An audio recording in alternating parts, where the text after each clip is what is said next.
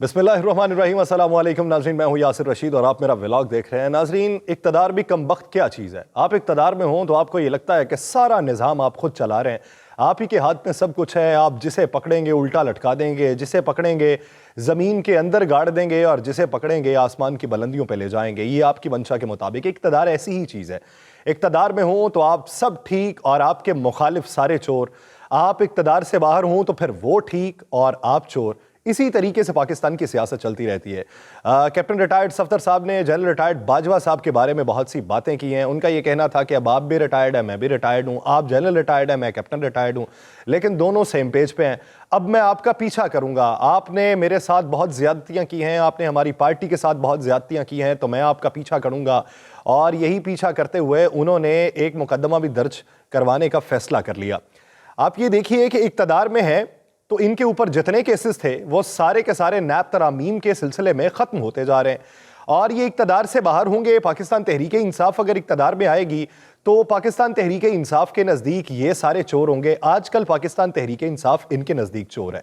ये इक़्तिदार का खेल है। इक़्तिदार जब तक आपके पास है, आपकी लाठी मजबूत है, आप किसी को किसी तरफ भी हाँक सकते हैं। क्या इनके अंदर इतनी ज़रूरत है कि अगर ये इख्तलाफ राय रखते हों तो इस वक्त किसी बड़ी मसनद पे बैठे हुए शख्स के खिलाफ बात कर सकें? कभी नहीं करेंगे, क्योंकि ये इक़्तिदार में बैठे ही इस वजह से हैं कि हम बना के रखेंगे। जो इक़्तिदार से बाहर हो गया, जिसकी पावर ख़त्म हो गई, उसके खिलाफ आपके नज़रियाती इख्तलाफात भी जन्म लेना शुरू हो जाते हैं और आपकी कुदरतें भी खुल के सामने आना शुरू हो जाती हैं। और उसने आपके साथ सबसे बुरा किया होता है। जब वो इक़्तिदार में होता है तो तब वो आपके साथ बुरा नहीं कर रहा होता।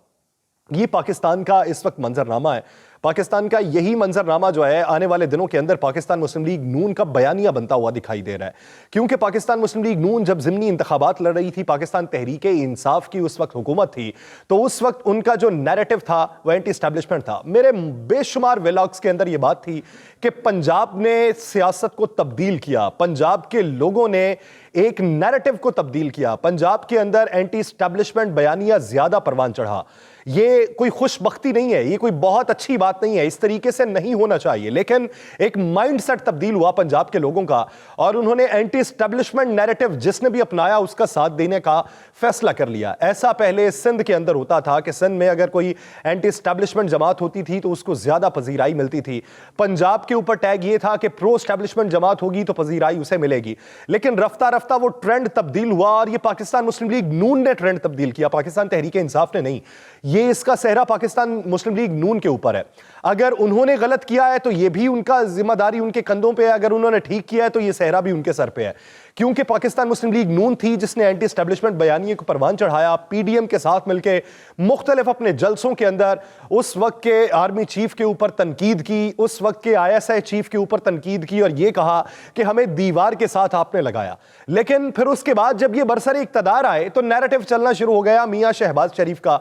मियां शहबाज शरीफ साहब जो है वो प्रो एस्टैब्लिशमेंट है, तो उन्होंने किसी हद तक उस नैरेटिव को कम किया। अब आके पाकिस्तान मुस्लिम लीग नून को यह लगता है, बिलखुसूस मियां नवाज शरीफ साहब को लगता है कि मैंने जिन लोगों की जिम्मेदारियां लगाई थी, जिनमें मियां हमजा शहबाज साहब थे, शहबाज शरीफ साहब थे, मरियम नवाज साहिबा थी और उसके साथ साथ राना सनाउल्लाह साहब थे, ये 4 अफराद थे। इनकी जिम्मेदारियां लगाई थी कि पाकिस्तान मुस्लिम लीग नून को मजबूत किया जाए और इन्हीं 4 अफराद की वजह से पाकिस्तान मुस्लिम लीग नून का बेड़ा गर्क हो गया। अब वो ये समझते हैं कि शायद हम अपने पुराने बयानिए पे चले जाएं, जिस बयानिए पे इस वक्त पाकिस्तान तहरीक इंसाफ खड़ी है, तो हमारी जो खोई हुई साख है वो किसी तरीके से बहाल हो जाए। हुजूर वाला, खोई हुई साख सिर्फ बयानिए के सर पे बहाल नहीं होती, उसके लिए आपको इकदामात भी उठाने पड़ते हैं। आपकी मुआशी हालत ऐसी है कि आयशा गौस पाशा साहिबा वो बैठ के ये बात करती हैं कि पूरा पाकिस्तान ये कह रहा है कि पाकिस्तान डिफॉल्ट हो गया। पाकिस्तान डिफॉल्ट किस तरीके से हो सकता है? LCs ना खुलने से पाकिस्तान डिफॉल्ट नहीं हुआ, हम बैरूनी अदायगियां कर रहे हैं, अगर बैरूनी अदायगियां ना हो पाए तब पाकिस्तान डिफॉल्ट हो सकता है। तो वहां पे सवाल यह बनता है कि बैरूनी अदायगियों के लिए तो आप इल्तवा मांग रहे हैं। आपने बेशतर ममालिक को यह कहा कि हमने आपसे जो उधार ले रखा है, आपको जो अदायगियां करनी है उन अदायगियों में हमें इल्तवा दे दीजिए।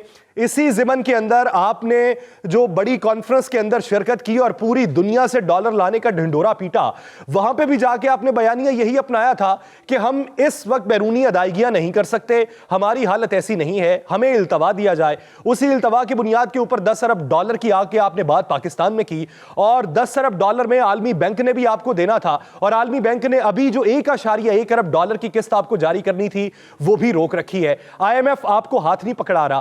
LCs میں بھی آپ نے ادائیگیاں ہی کرنی ہوتی ہیں, وہ ادائیگیاں آپ نے روکی ہوئی ہیں, وہ بھی بیرونی ادائیگیاں ہیں. جب آپ ادائیگیاں نہیں کریں گے, آپ نے وہاں پہ نیریٹو یہ اپنایا کہ ہمارے ڈالر کم ہو چکے ہیں, $4 ارب کے ہمارے پاس ذخائر موجود ہیں, اس وجہ سے ہم زر مبادلہ کے ذخائر کو بڑھانے کی تگودو کر رہے ہیں اور سعودی عرب کی طرف دیکھ رہے ہیں, اور سعودی عرب نے ہمیں $5 ارب مزید بڑھانے کی یقین دہانی کروائی تھی. تو وہ اشارے کہ ہم منتظر ہیں وہ پورا ہو جاتا ہے تو ہم LCs کھول دیں گے. تو بنیادی طور کے اوپر آپ کو اپنا معاشی سٹرکچر اس طریقے سے دیکھنا ہوگا.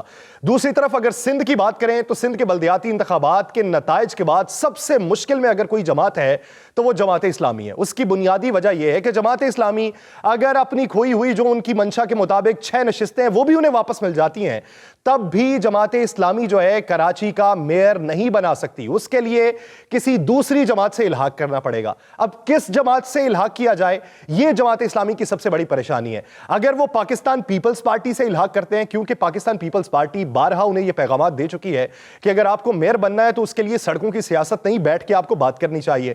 وزیر اعلیٰ سندھ مراد علی شاہ صاحب بھی پیغام پہنچا چکے ہیں. تو اس سے یہ تاثر ملتا ہے کہ شاید پاکستان پیپلز پارٹی ان کے ساتھ سیٹ اپ بنانا چاہتی ہے.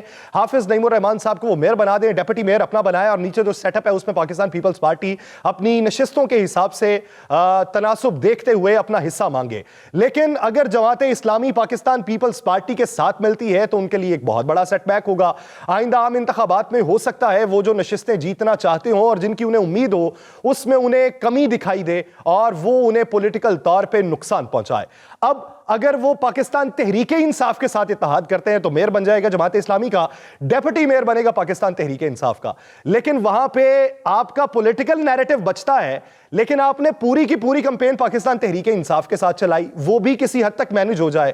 اس کے بعد سب سے بڑا مسئلہ یہ ہوگا کہ کراچی کا جو 1200 ارب روپے کا پیکج ہے جو سندھ حکومت نے جاری کرنا ہے, سندھ حکومت نہیں جاری کرے گی, کیونکہ پاکستان پیپلز پارٹی اتنی نشستیں جیتنے کے باوجود بھی برسر اقتدار نہ آئے, میئر ان کا نہ بن پائے, 2 جماعتیں ملیں, اپنا میئر اور ڈیپٹی میئر بنا کے بیٹھ جائیں, اپنا پولیٹیکل نیریٹو بچا لیں, تو وہاں پہ پھر اکانومی کے مسائل پیدا ہو جائیں گے. پھر جب آپ ڈیلیور نہیں کر پائیں گے تو تب آپ کے لیے بڑے پریشانی ہوگی. اس لیے جماعت اسلامی اس وقت گم گم کیفیت کا شکار ہو چکی ہے کہ پاکستان تحریک انصاف کے ساتھ مل کے ہم اپنی میئرشپ لیں یا پاکستان پیپلز پارٹی کے ساتھ مل کے لیں. دونوں صورتوں کے اندر انہیں اپنی جو ساکھ ہے وہ ڈیمیج ہوتی دکھائی دیتی ہے. اس کے بعد کچھ بات توشہ خانہ کے حوالے سے, توشہ خانہ ریفرنس میں جب یہ بات کھل کے منظر عام پہ آئی ہے کہ آپ کو پورا ریکارڈ منظر عام پہ لانا چاہیے. آپ یہ کہتے تھے کہ ایک شخص گھڑی چور ہے, اس نے گھڑی بیچ دی, پاکستان کی اخلاقی اقدار کو گرا دیا, ایک تحفے کو بیچ ڈالا, اسے تحفہ نہیں بیچنا چاہیے تھا, پوری دنیا میں ہماری جگ ہسائی ہوئی. اب جب عدالت نے یہ کہا کہ آپ پورا جو ریکارڈ ہے اسے پبلک کر دیں تو وفاقی حکومت میدان میں آ گئی کہ اس ریکارڈ کو پبلک نہیں کیا جا سکتا, ہمارے بین الاقوامی جو روابط ہیں وہ متاثر ہوں گے. میرے ایک ولاگ کے اندر مفصل اس کی تفصیل تھی, ڈسکرپشن میں آپ اس کا لنک بھی دیکھ سکتے ہیں, جس کے اندر یہ بات کی گئی تھی کہ ایوب خان صاحب کے دور سے لے کے اب تک کس نے توشہ خانہ سے چیزیں اکٹھی کی, کون BMW لے گیا, کون بڑی گاڑیاں لے گیا, کس نے مسلح لے لیے, کون لوٹے لے گیا, یہ تمام تر تفصیلات آپ کو ملیں گی. وہ جب پبلک ہوں گی تو پھر ظاہری بات ہے وفاقی حکومت پہ کوئی نہ کوئی تو قدغن آئے گی, ان کی سیاسی ساکھ متاثر ہوگی. اسی وجہ سے اب وہ میدان میں اترے ہیں کہ کہیں نہ کہیں پہ عدالت کی منت سماجت کر کے اس چیز کے اوپر پردہ ڈال لیا جائے. یعنی آپ برسر اقتدار ہوں تو آپ کی لاٹھی آپ کی بھینس, اور دوسرا چور اور دوسرا برسر اقتدار آ جائے تو پھر آپ چوری قرار پائیں گے. مجھے دیجیے اجازت, اللہ نگہبان.